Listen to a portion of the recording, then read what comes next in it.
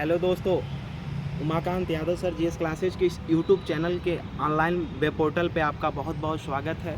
आज हम आजमगढ़ ज़िले के इस वीर कुंवर सिंह उद्यान में आए हुए हैं, जिसका इतिहास हमारे भारत की जो ऐतिहासिक प्रथम स्वतंत्रता संग्राम रहा है उससे जुड़ा हुआ है, जिसका इतिहास स्वर्णिम अक्षरों में अंकित है हमारे इतिहास में। आज उसी वीर कुंवर सिंह उद्यान के बारे में हम बताना चाह रहे हैं आपको कि इसका नाम कैसे वीर कुंवर सिंह उद्यान पड़ा। वीर कुंवर सिंह बिहार की धरती से भोजपुर ज़िले के जगदीशपुर गांव में पैदा हुए 1777 में, जो कि एक महान सेनापति और सेनानायक थे। इनके पिता साहबजादा और इनके छोटे भाई सब जागीरदार थे। इनकी माता का नाम पंचरत्न देवी थी, जो कि एक राजपूत थे। वीर कुंवर सिंह अपने 80 साल की लड़ाई के लिए जाने जाते हैं, जो कि एक वृद्ध व्यक्ति होने के साथ साथ इन्होंने ब्रिटिश हुकूमत से जैसी लड़ाई लड़ी है उसका इतिहास काफ़ी महत्वपूर्ण रहा है।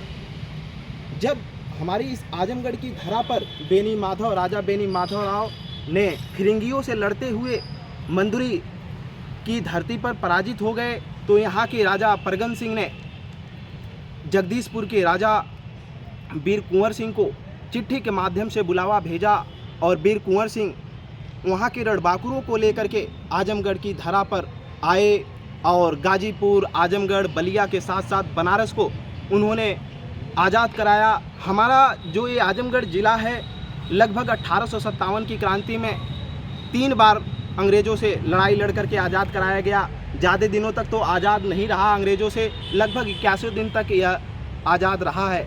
आजमगढ़ का जो इतिहास है बहुत ही लंबा और रोचक इतिहास रहा है। वीर कुंवर सिंह बहुत ही कठिनता के साथ यहाँ पर जो कंपनी बाग के नाम से जाना जाता था, यह वीर कुंवर सिंह उद्यान पहले कंपनी बाग हुआ करती थी, यानी ईस्ट इंडिया कंपनी की बाग हुआ करती थी।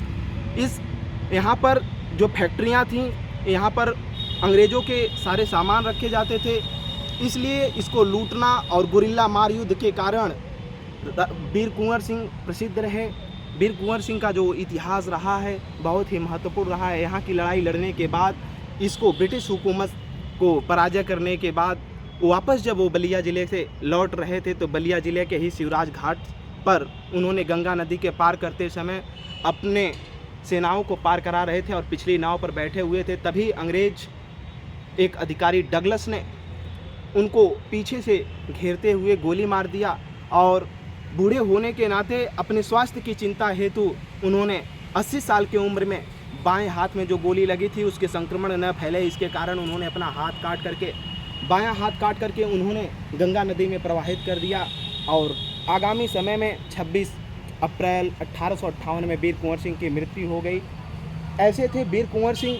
उन्हीं के इतिहास में यादगार करने हेतु इस आजमगढ़ की धरा ने इस उद्यान को, जो कंपनी बाग थी, इसका नाम उन्होंने वीर कुंवर सिंह उद्यान रखा है।